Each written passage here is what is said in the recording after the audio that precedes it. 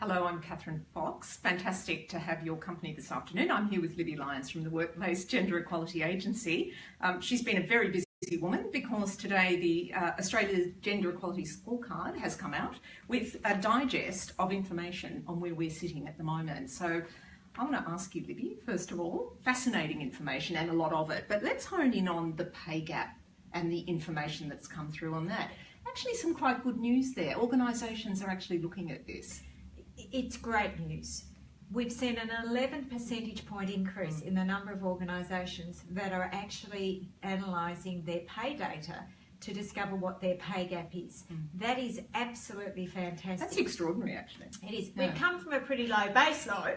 We have. But we're now up at about 38% of employers who are actually analysing their data, and that's got to be good news. Well, given that there was so much resistance to doing that, in fact, even acknowledging there was a problem that needed addressing, that's a pretty good news story. I think it's wonderful, and I think here I need to also thank our pay equity ambassadors. We have a pay equity ambassador program. We've currently got 147 CEOs signed up as pay equity ambassadors, and they are committed to doing a pay gap analysis every year in their organisation, to advocating about pay equity to their peers and others that they work with and deal with.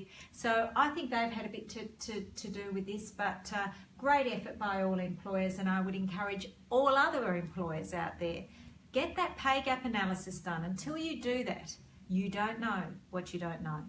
The other thing about it is that while there can be resistance to it as a complex and perhaps time-consuming thing to do, as you say, once you start doing it, then you've got the mechanics there, so you can go back and keep doing that, and it does need to be done consistently. That's right, Catherine, because I think the thing that if you speak to anybody who's done a pay gap analysis and then taken action on it, the one thing that will let you down is if you don't keep reviewing it. Yeah. You have got to review it on an annual or 6 monthly basis to ensure that those unconscious biases and all those other things that contribute to the pay gap don't start creeping in again. That's right, otherwise it all becomes a little bit pointless, and those things do come back by default almost. The second thing I thought was really worth picking up on was the number of managerial appointments that were going to women, and again quite a significant percentage of them. Now we should be clear here, this was the number of appointments going to women, it's not the number of women in management, but I think it is important to talk about that. So there are two figures that we probably should mention there. The first one is that of all managers, 38% are currently women. Yeah. Again, an improvement, and we must be proud of that, but we've still got a long way to go to get that 50-50. The second thing is that this year, for the first year, we've seen 43% of management appointments going to women, and that's fabulous. That bodes very, very well for the future, and in terms of that pipeline getting stronger.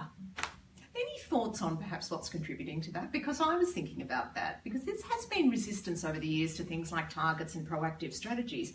It would seem to me that statistic tells us that something actually is working in that area. I think, in my opinion, it's down to the fact that CEOs and executives have stopped quibbling about the business case, recognise that the business case is there and it is real, and it does provide a better place for people to work. It produces a better bottom line. It makes people more productive. So they've stopped quibbling about the business case, and they're getting on with it because they know now that they need gender balanced workforces. Yes, and it also proves a really interesting point about supply. You mentioned the pipeline. Obviously, if that many appointments are going to women, there are that many women who are suitable for appointing. The old merit question. But really, that's quite a positive thing. Very positive. Yeah. And I think that if we see that continue year on year, it won't be long before we see more than 16% of CEOs being women. Well, yes, we live in hope, but on that point exactly, not quite as positive a note around boards. And actually, for a lot of us in this space, a little bit, well, very disappointing, a bit of a surprise, because we've had a bit of an upward trajectory, probably over the last 4 or 5 years since there was a concerted attempt to look at this. What's going on? Look, I'm not sure. Again, whilst I think executives and CEO have now embraced the business case and get it, I think that boards are either sticking their head in the sand and not acknowledging the fact that the business case is out there and all the evidence is there, or they're simply ignorant of the fact that the business case is there. It's got to be one of the two things. Regardless of what it is, it really is time for boards and chairs to step up, to cast their net far beyond where they are now, to be more transparent about the board positions that are available, and to actually start looking. They don't even have to look that far. There are plenty of competent, skilled women that are board ready, that are just waiting for that first chance to step up and get on that board. Well, I mean, I think Australia's business community has been quite proactive in that area. Precisely, AICD runs courses and so many women are pouring out of them. Women on boards, other groups are doing preparatory courses all the time. It seems to me that's not a question of supply anymore. As you say, it's a bit of willful blindness, perhaps. Look, I think it is. I think it's very comfortable to just look to your own peer group and your own social network and your own club network.